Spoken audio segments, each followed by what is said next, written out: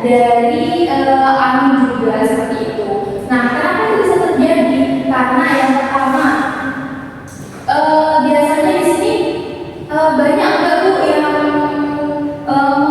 menebang pohon mangrove sembarangan? Banyak Mbak, suaminya ini kayak Mbak saudara. Nah, ya biasanya itu berdampak pada abrasi pantai ini dan sangat berbahaya untuk kita semua. Dan mungkin yang pertama di sini, apa sih yang perlu kita lakukan sebelum terjadi abrasi pantai itu? Nah, yang pertama yaitu yang sudah saya katakan tadi, yaitu menanam mangrove, pohon mangrove seperti itu. Kenapa pohon mangrove? Karena pohon mangrove itu akarnya sangat kuat di bagian pasir-pasir pantai sehingga bisa menahan adanya arus atau gelombang air laut yang sangat kuat seperti itu.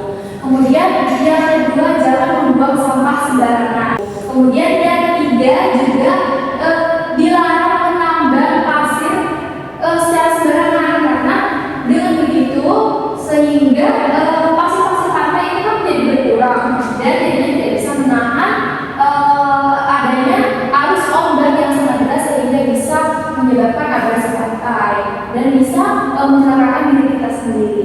Kemudian selanjutnya yang kedua, apa sih yang perlu dilakukan saat terjadi bencana itu? Yang pertama, ibu-ibu semuanya jangan panik. Itu yang paling penting ya. Jangan panik ibu-ibu. Ibu biasanya yang paling panik ya, daripada gempa. Ya, ada baru keadaan luar. Nah, maka dari itu apabila di daerah ini sering terjadi abrasi pantai itu, maka ibu harus waspada, yang mana harus menyiapkan tas siaga bencana juga. Nah, selanjutnya terakhir yang ketiga yaitu setelah bencana abrasi itu terjadi, apa sih yang perlu kita lakukan?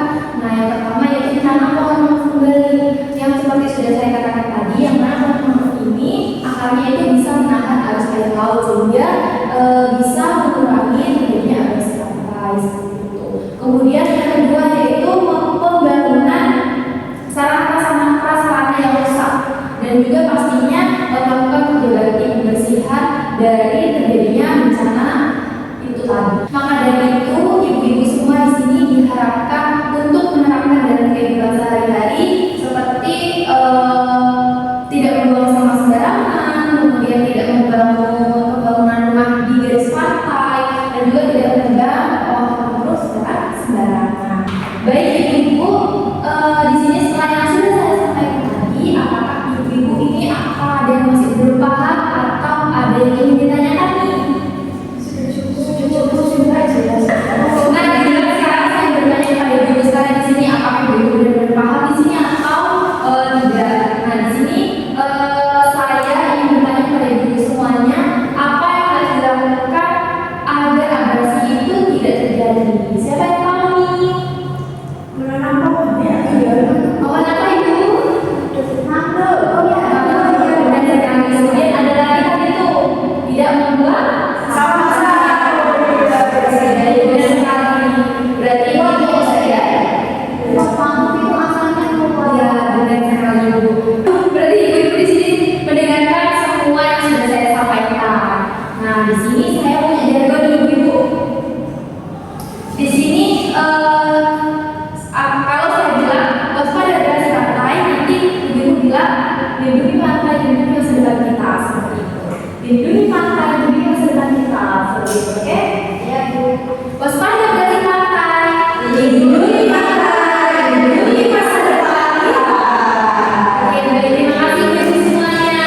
Di sini saya ada posternya, saya berikan kepada ibu, nanti bisa ibu mengingat kembali atau bisa ditempel di bagian-bagian wilayah tertentu agar orang-orang atau masyarakat sekitar juga memperhatikan mengenai mitigasi abrasi pantai itu. Silakan Bu. Iya, bagus.